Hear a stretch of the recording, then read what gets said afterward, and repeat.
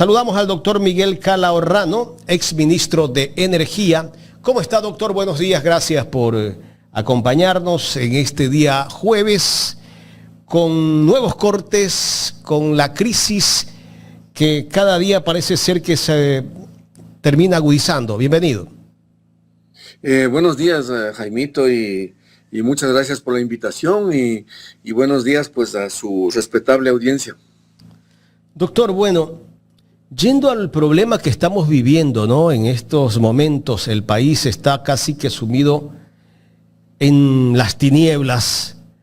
Escuchaba hace poco a un experto también en temas energéticos y él decía que el gobierno, si sabía que existía esta crisis y que la ministra de Energía en el mes de abril, la señora Andrea Robo, le anunció que había que hacer cortes de luz, tal vez que con esos cortes que se hubiesen hecho, en este momento no estuviéramos viviendo la crisis que está pasando el país producto de los apagones que tuvieron que incrementarlo el día de ayer y el ministro termina renunciando. Tal vez porque el presidente no escucha, se va un ministro de Energía. Ya creo que es el cuarto que ha tenido este gobierno en 10 meses. Bueno, yo considero que frente al sector eléctrico y en la cuestión de la crisis, todo el gobierno es fallido. Todo. No solo el ministro. No solo que le crea o no le crea el presidente al ministro. Porque ayer le oí decir una barbaridad al señor ministro de Finanzas, que dice: nosotros estamos trabajando duramente para que nunca más vuelvan los apagones al Ecuador. No sé qué es lo que estará haciendo, pero yo no sé si una afirmación tan torpe desde mi punto de vista se puede hacer. ¿Acaso que él va a estar permanentemente como ministro como para asegurar la realización de los nuevos proyectos que requiere el país? O sea, ¿cómo puede un ministro hacer un señalamiento tan torpe que no puede hacer ningún ministro ni de finanzas, ni de energía, ni ningún presidente de la República del mundo? Porque en todo el mundo, en todos los países del mundo, siempre está creciendo la demanda. Por lo tanto, siempre hay que crear nueva energía, hay que instalar nuevas plantas de generación y hay que ampliar la capacidad de transmisión y distribución para que esa energía llegue a todos los sitios que tiene que llegar. Entonces, un ministro que dice que va a resolver de aquí y para el resto de la historia del país los apagones, simplemente es un torpe. Yo no sé si él mismo se cree esta estupidez que dice, ¿no? Pero lo que yo quiero decir en definitivas es que ni el ministro de Finanzas, por más torpes ideas que tenga, ni el ministro de Energía que se fue, que no sabía ni de lo que hablaba. Varias ocasiones yo le escuché que hablaba de líneas de transmisión que generalmente uno se refiere en voltaje. Él decía, no, pues o sea, la línea de transmisión de 69 kilovatios, no. Varias veces yo le escuché. Eso me daba cuenta a mí de que este señor no sabía ni de lo que estaba hablando. ¿Ya? Y ahora le han nombrado a la ministra, que puede ser respetable en su campo del ambiente, pero, o sea, aquí tiene que haber una persona en el sector eléctrico que esté formada y que tenga los fundamentos un profesional para enfrentar el problema, y no solamente eso, sino que tenga la experiencia, porque este sistema, como cualquier otro sistema, es una síntesis de una complejidad. La complejidad está en que hay más o menos 150 centrales hidroeléctricas, térmicas, de todo género, de todo tamaño, y que en un momento de estos tiene que hacerse que todo funcione para sacarle adelante al país. Entonces, con todas las disculpas, pero yo creo que la ministra no sabe en lo que se está metiendo. Pero lo más grave de todo esto es que yo creo que el presidente no tiene ni la más remota idea de lo que tiene que salir el país para salir de esta situación. ¿Por qué? Porque fíjese usted, Jaimito, vea, o sea, en un momento como estos, hay que asegurar, por ejemplo, solo por poner un caso, el suministro de combustible a las centrales térmicas. Y hay que asegurar el suministro de los fondos necesarios para ese combustible. Hay que buscar, ¿no?, hay que buscar, siempre hay que seguir buscando con otros países la posibilidad de suministro de energía, ¿no? Entonces, o sea, primero que, no sé, yo creo que también se peleó con el presidente Gustavo Petro, cosa inadmisible, ¿no? Entonces, ahora, lo obvio sería que tenga como presidente una buena relación con el presidente Petro y que busquemos una solución con Colombia también para que nos pueda entregar energía, ¿ya? Pero luego, o sea, una buena cantidad de los combustibles fósiles, como el fuel oil, derivados ya, ¿no? Fuel oil, diésel, venían de México. Y por la torpeza del presidente nos vamos a pelear con México, pues, ¿no? Entonces, yo sostengo que, por ejemplo, en este mismo momento yo creo que Venezuela tiene una buena condición energética y podría ser posible crear, que existe ya, un corredor energético a través de Colombia, de acuerdo con Colombia, por supuesto, para que nos suministre energía a Venezuela. Pero ¿cómo se va a poner este presidente a conversar con el presidente de Venezuela como para este efecto?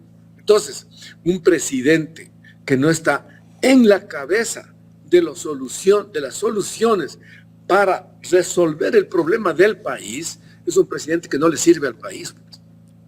Este es el problema más grave desde mi punto de vista. Por no hablar de los otros problemas que ya podemos hablar, de las gravísimas falencias que ha habido en lo que tiene que ver con el mantenimiento del parque generador térmico. Ahí han habido gravísimas falencias.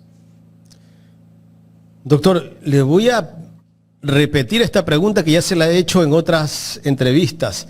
¿Se pudo evitar estos cortes o los cortes eran inevitables? Verá, licenciado Jaimito, vamos a hacer usted y yo un ejercicio que de pronto la ciudadanía nos puede seguir. Verá, tenemos, por ejemplo, la central de Machala Gas. Es una central de 270 megavatios. Entonces, 270 megavatios de potencia. Es un rayo de potencia. Aquí tenemos que hablar de potencia y sobre todo de energía. Energía es potencia por tiempo. ¿Ya? Entonces, 270 megavatios de Machala. Hablamos, por ejemplo, de termoesmeraldas, de Esmeraldas 1 y 2. La Esmeraldas 1 es la más antigua, de 125 megavatios. Es una central a vapor. ¿Ya? 125 megavatios.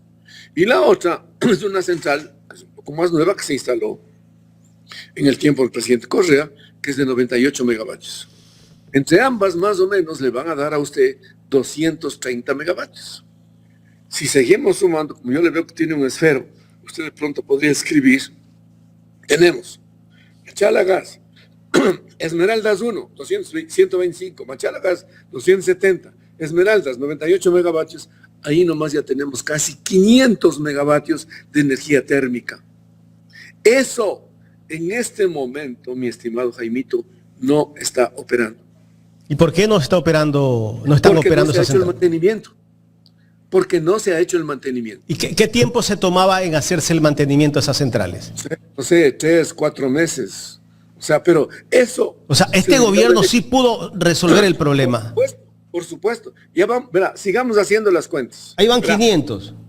Ya estaban 500. Ahora, sigamos haciendo las cuentas. Verá, hace como un mes, un periódico digital sacó una gran noticia diciendo que es una maravilla el presidente Noboa, que ha resuelto la reparación de la central a vapor de Trinitaria.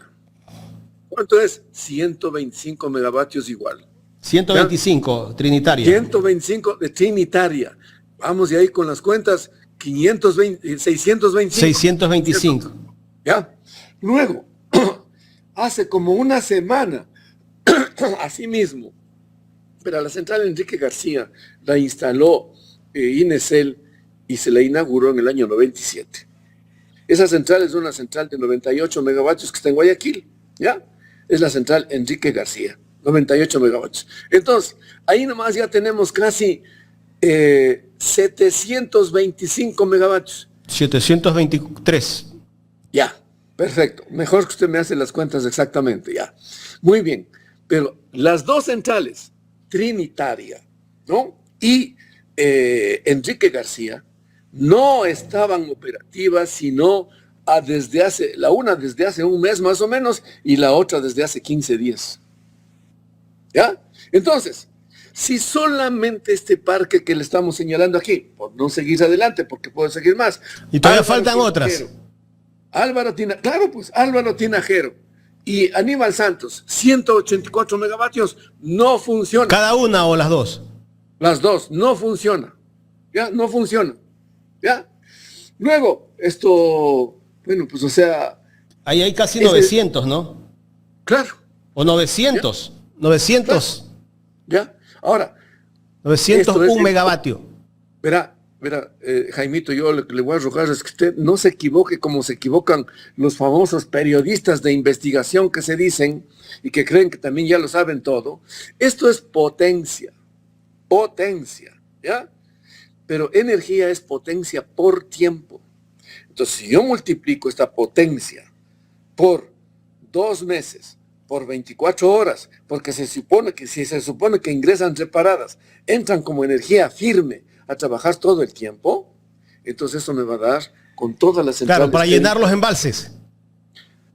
Exactamente. A mí me da un valor cercano a 1.500 gigavatios hora. Eso es lo que me da a mí.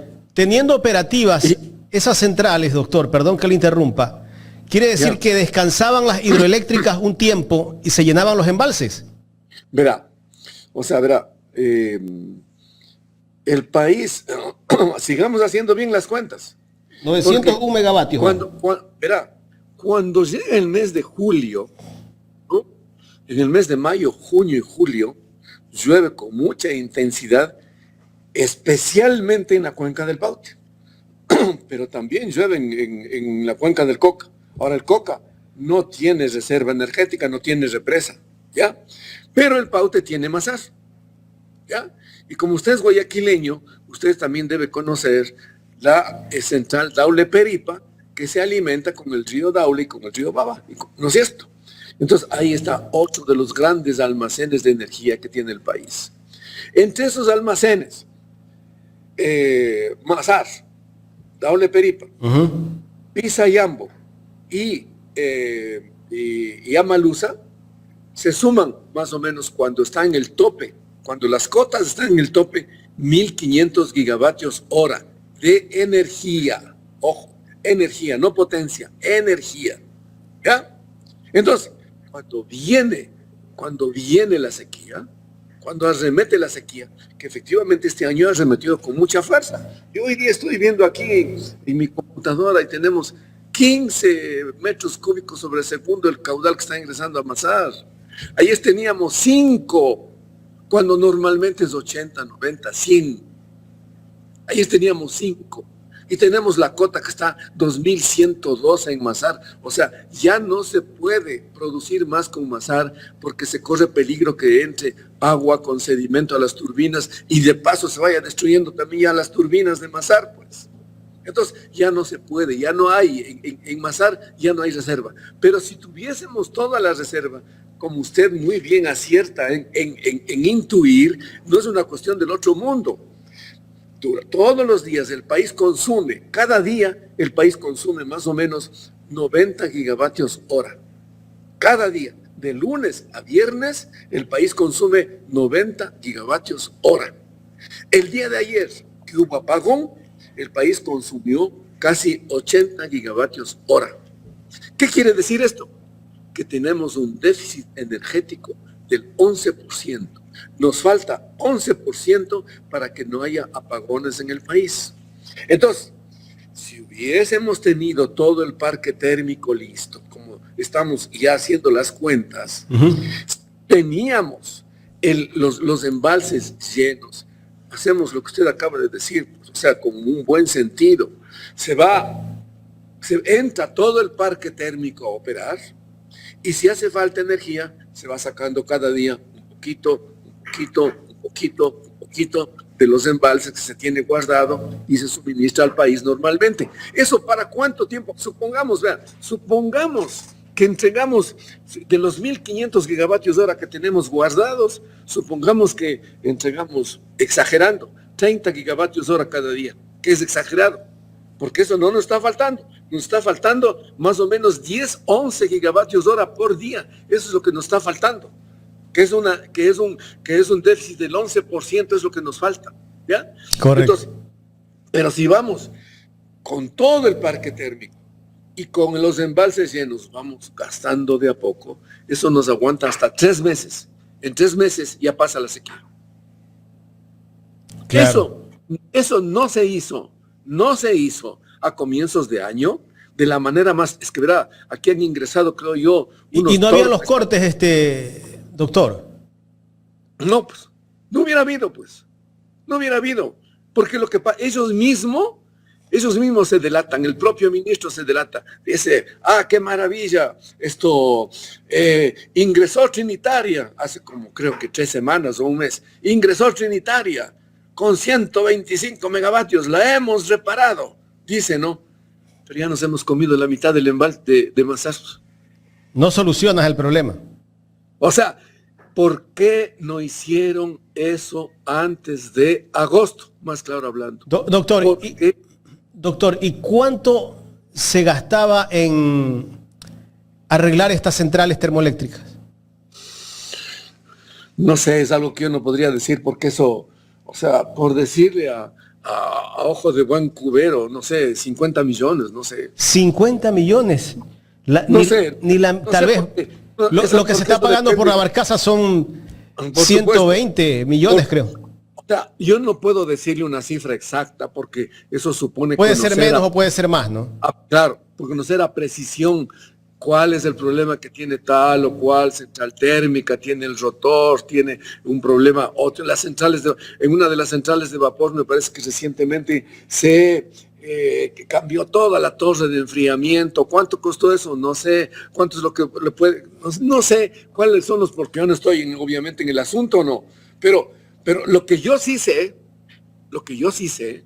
es lo que muchos de los ingenieros amigos míos me dicen, que necesitan hacer mantenimiento de las centrales, de las líneas y de todo el sistema, y no hay dinero. Y sin embargo, este señor, este ministro de Finanzas, este mamarracho, sale a decir que él va a resolver para todo el resto de la historia del país los apagones. Y no hay dinero para hacer los mantenimientos. Porque nosotros tenemos buenos técnicos, buenos profesionales, buenos ingenieros, buenos trabajadores. Tenemos.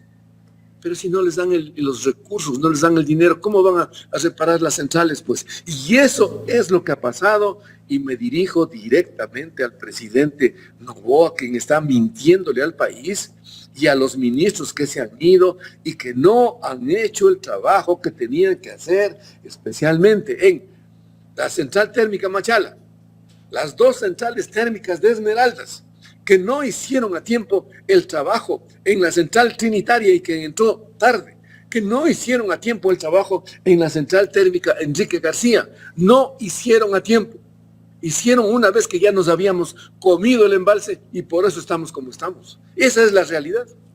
Y estoy hablando con nombres y apellidos y estoy precisando cuáles son las centrales. Ingeniero, cuando se prendieron las alarmas de que se venían los apagones y tuvo que salir la ministra Robo, o sea, era el momento que ya el Estado debió tener arreglado todas estas centrales termoeléctricas, porque recordemos que el presidente entró en noviembre perdido, diciembre, enero, febrero, marzo, 4 meses, ella anunció esto en abril. Verá, Jaimito, o sea, el asunto es complejo, no es tan sencillo, obviamente. Entonces, lo malo es que los ecuatorianos no sabemos escoger al presidente por los programas. Este señor debió habernos presentado un programa, un plan. ¿En qué consiste el plan? En decir, justamente de lo que estamos hablando. Aquí existen este conjunto de centrales térmicas que no están operativas. Vamos a hacer tales o cuales, que de paso que el SENACE saca cada año, saca su plan para los 2 años siguientes de cómo y cuándo se tiene que hacer el mantenimiento de las centrales. No es que eso es desconocido. Los técnicos, los profesionales ya hacen eso. Entonces, su obligación en el minuto 1 era ir y decir, a ver, ¿cuál es el plan? ¿Cuáles son las centrales? ¿Cuánto de dinero se necesita para resolver esos problemas? Venga aquí el ministro de Finanzas, yo soy el presidente. Venga el ministro de Finanzas. Esto se necesita y esto es urgente porque de lo contrario el país va a entrar en colapso. Esa es la obligación del presidente. Pero eso, tener un plan, actuar por sobre todo, no se hizo. Simplemente no se hizo. ¿Ya? Y después le mandan, pero el día de ayer me invitó un medio digital para que yo les explique, por favor, la crisis como estamos. Pues el ejercicio que yo hice ayer estoy haciendo ahora con usted, Jaimito, por eso lo tengo aquí en la cabeza. Y entonces, habían ahí una docena de periodistas. Entonces me dicen, bueno, que explique el asunto. Entonces digo, a ver, vamos revisando y cogemos, porque todo esto, lo que estoy hablando yo no es que yo me invento. Esto viene de los informes del SENACE que están en línea, de la operación de todo el sistema, que es operación en tiempo real y que se puede ver en una computadora. Se puede ver en cualquier computadora porque es información pública, ¿ya? Entonces, justamente nos ponemos a revisar hasta que llegamos, por ejemplo, en las curvas de qué es lo que pasó con Mazar a comienzos de este año. ¿Usted se acuerda de ese señor Isurieta? Sí. De un señor, un tránsfuga que pasó por aquí. El ministro de Comunicación me parece que era, ¿no? Ya.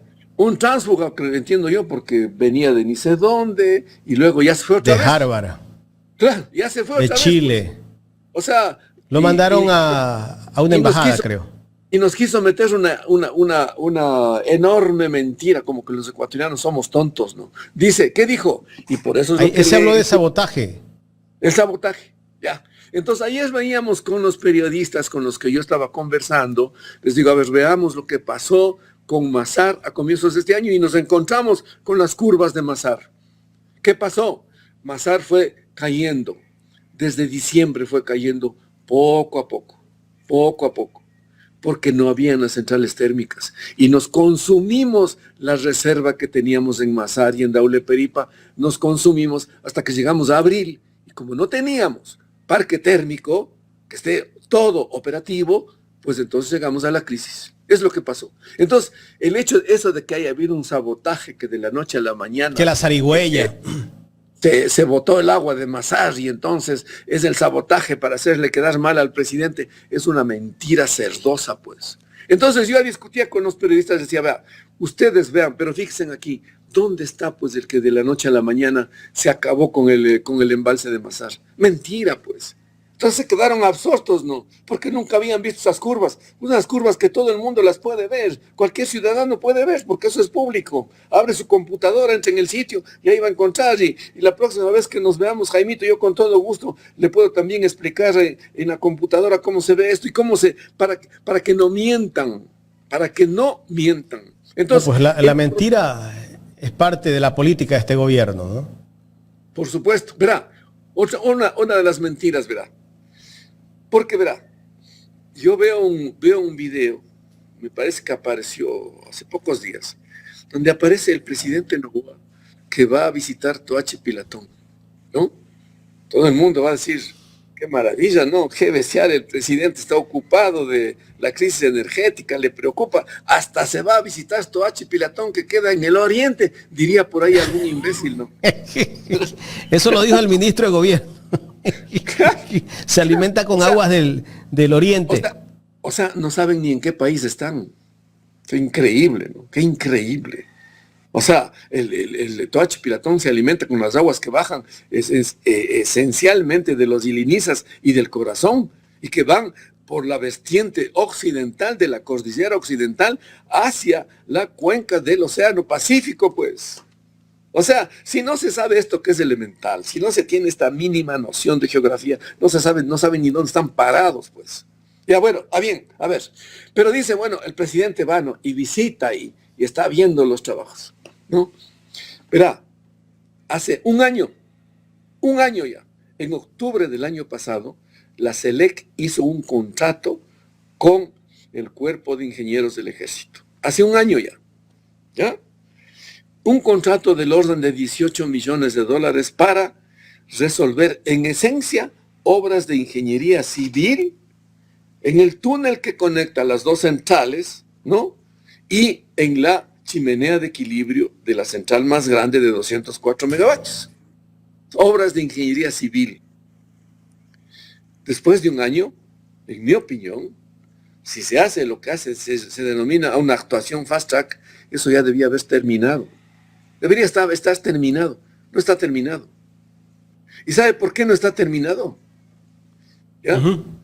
Nuevamente, porque el señor ministro de Finanzas, que dice que va a resolver los apagones para toda la vida, no entregó los fondos necesarios al cuerpo de ingenieros del ejército y tuvo que estar parado varios meses sin que se hagan los trabajos que tenían que hacerse en emergencia. Porque si hubiésemos tenido, que era posible, tener Toachi Pilatón en estos momentos en que hay el mayor nivel de pluviosidad en esa región, en Quito está lloviendo, porque está lloviendo en la cuenca del Guayabamba y porque está lloviendo en las faldas de los Ilinizas y el Atacazo. Y entonces, Toachi Pilatón, desde octubre hasta, digamos, marzo, ingresa en su mayor época de producción. Nos caería de maravilla, pues, 200 megavatios, ¿no es cierto?, de Toachi Pilatón, pero no la tenemos.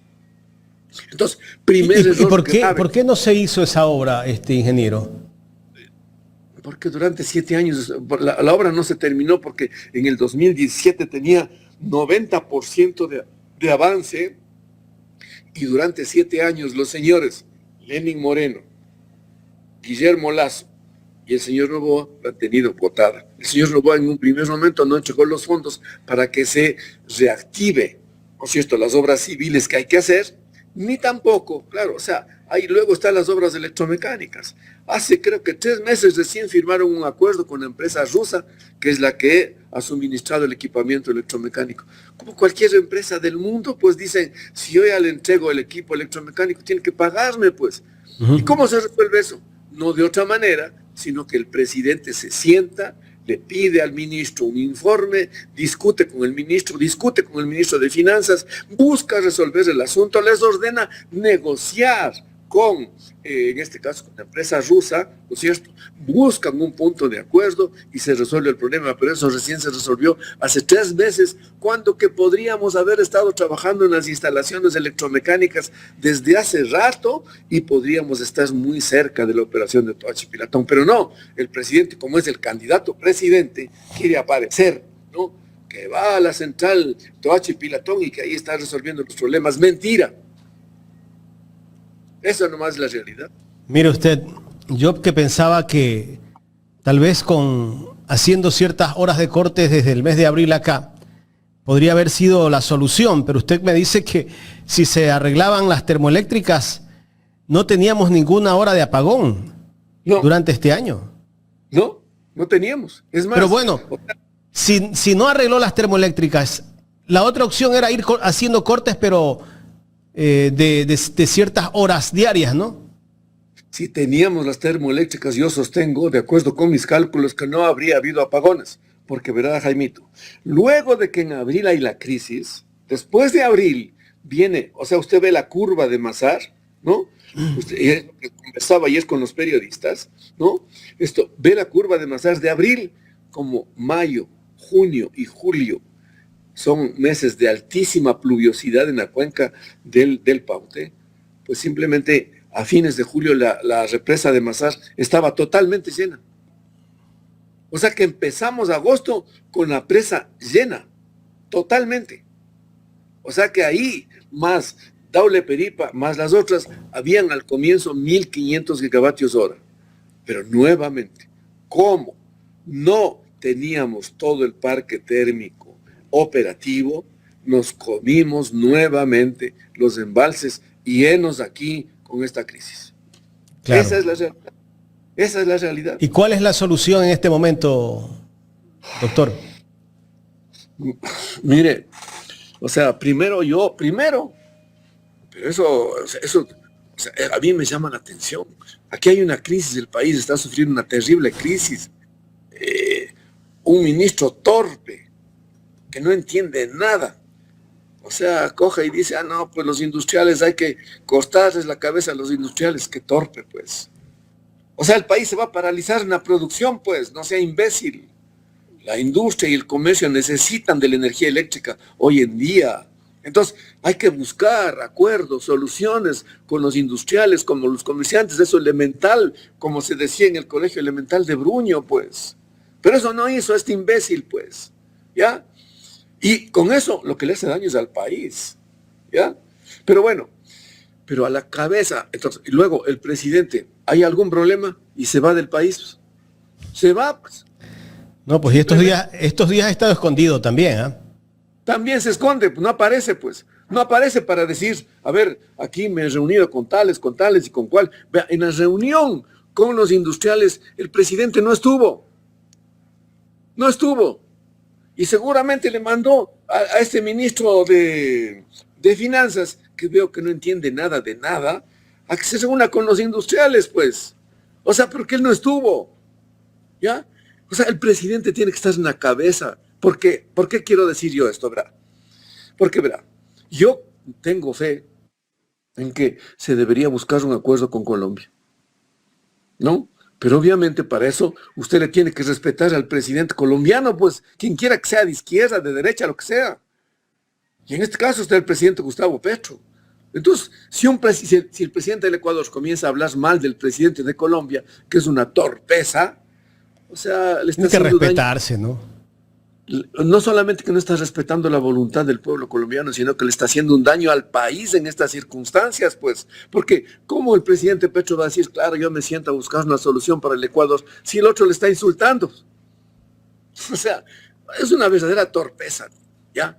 Luego, yo sé que uno de los más importantes suministros de derivados provenía de México, bronca con México. ¿Y que quién sale mal parado de esto? El país, pues. El país, pues. Porque ahora necesitamos muchos derivados de petróleo para las centrales térmicas, porque estamos con centrales térmicas en producción maximizada. Y eso requiere de mucho combustible. Entonces, la pelea con México es una torpeza desde todo punto de vista. Desde todo punto de vista. Entonces, el presidente tiene que resolver estos problemas, pero no hay nadie más que el presidente que tiene que resolver. Y el presidente tiene que resolver, cogerle al ministro de Finanzas, al ministro de Energía, a la ministra del Ambiente, a quien fuere, y sentarse y discutir las necesidades financieras, los problemas legales, ¿no? Los problemas de gestión, de gobernabilidad. Porque verá, en la presidencia del señor Lasso, había un señor, el señor Santos Alvite, que se vivía quejándose, ¿no? Quejándose, decía, el ministro. Doctor, ya salió, ya lo están entrevistando como experto energético y está planteando soluciones y está responsabilizando al gobierno. Increíble. Verá, hay un informe del SENACE, que en este momento es un informe oficial, un informe operativo del año pasado, que dice que las centrales Esmeraldas, las dos de Esmeraldas, la central de Gonzalo Ceballos, la central Enrique Garcés, no estaban operativas y por eso esa es otra de las causas por las que tuvimos apagones en el mes de octubre cuando el señor Santos Alvite era ministro de Energía. Él es el responsable nuevamente, ¿ya?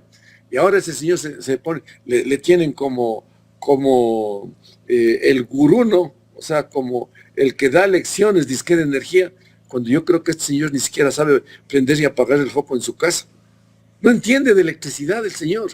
Será un abogado petrolero, estimo que lo es, y que supuestamente tiene prestigio como abogado petrolero, pero una cosa es estar trabajando como abogado petrolero y otra cosa es comprender cómo funciona el servicio eléctrico, que es una complejidad. Doctor, ¿usted no cree que el plan de no invertir en termoeléctricas, en hidroeléctricas, es a propósito? Yo creo que es una combinación también. Porque se habla de privatización del sistema eléctrico, ¿no? Así es, pero verá, aquí hay que saber una cosa. O sea, no es la primera vez que el país trata de ser privatizado. En 1996 ya se aprobó una ley para privatizar el país y con esa ley se destruyó a Inesel en el 96. Y llegamos al 2006 y los privatizadores no habían hecho nada por el país. También de igual manera les llevaron al país a la bancarrota en energía, los privatizadores. De manera que yo no les creo, ¿ya? Ahora, eso es una cosa. Otra cosa es que yo sí tengo fe en la empresa privada. Yo sí tengo fe. Y aquí hay muy buenas empresas privadas que se dedican, por ejemplo, a producir energía hidroeléctrica. Hay muy buenas empresas que lo hacen y lo hacen con mucha eficiencia. Algunas de ellas tienen los más altos factores de planta, que demuestra que son muy buenas empresas. Lo que pasa es que aquí hay pequeñas cosas para resolver, porque también hay otra persona que dice, no se le deja a la empresa privada. Mentira, no es verdad. No es verdad. Sí se puede mediante las APPs, las alianzas público-privadas, el ingreso de capital privado en conjunto con un esfuerzo nacional para juntos resolver los problemas. Sí se puede legalmente, claro que se puede. Hay que resolver unas pequeñas cosas. Yo, cuando a mí me invitaron a la asamblea, yo sugerí, por ejemplo, una cuestión, ¿verdad? Que es una cuestión simple, que es lo que decía el señor Santos Alvite, que veo que no tiene a lo mejor no tiene capacidad ni mandar en su casa, pues, porque él se quejaba de que los burócratas no le hacen caso, que ellos son una dictadura y que ellos hacen lo que les da la gana. Pero si él es el ministro, pues, él es el ministro que tiene que llamarle al gerente. Sé que no se arrepiente de no haber invertido, no se arrepiente, dice él. O sea, ellos tenían un propósito muy claro con lo que dice este ministro. No, claro, parece ser que él promociona las privatizaciones de las instituciones del Estado, ¿no? Claro, quieren destruir, así es. Pero destruir a lo bruto, o sea, y si es que eso implica inclusive la destrucción del país, la destrucción de la industria, la destrucción del comercio, porque eso es lo que está pasando. Así es. Lo cual es una barbaridad. Ya no nos quejamos de que en las casas no tenemos energía. La industria y el comercio y el empleo y la producción del país se está yendo al garete, pues. No puede ser posible que no tengan un poco de sentimiento y no se den cuenta de lo que esto significa para el país.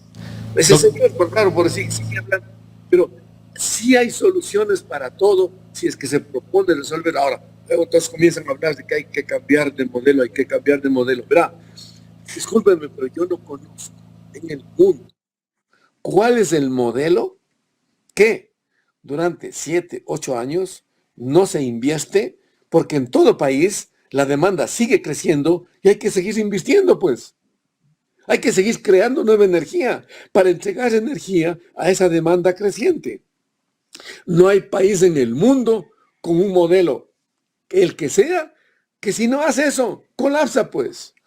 O sea, no es una cuestión de modelo, es una cuestión de que no se ha hecho el esfuerzo político, empresarial y de gestión energética para resolver los problemas del país, y todo lo contrario. O sea, Toachi Pilatón es una muestra. Vea, una central que ha estado ahí botada 7 años, que no han sido capaces de terminar el 10% que pasaba, y recién después de 7 años se dan cuenta que ahí está la central y que hay que terminarla. Eso es lo que ha hecho este modelo neoliberal. Esa es la realidad. Doctor, quiero agradecerle por el tiempo que nos ha brindado para conversar sobre esta crisis que nos está afectando a todos.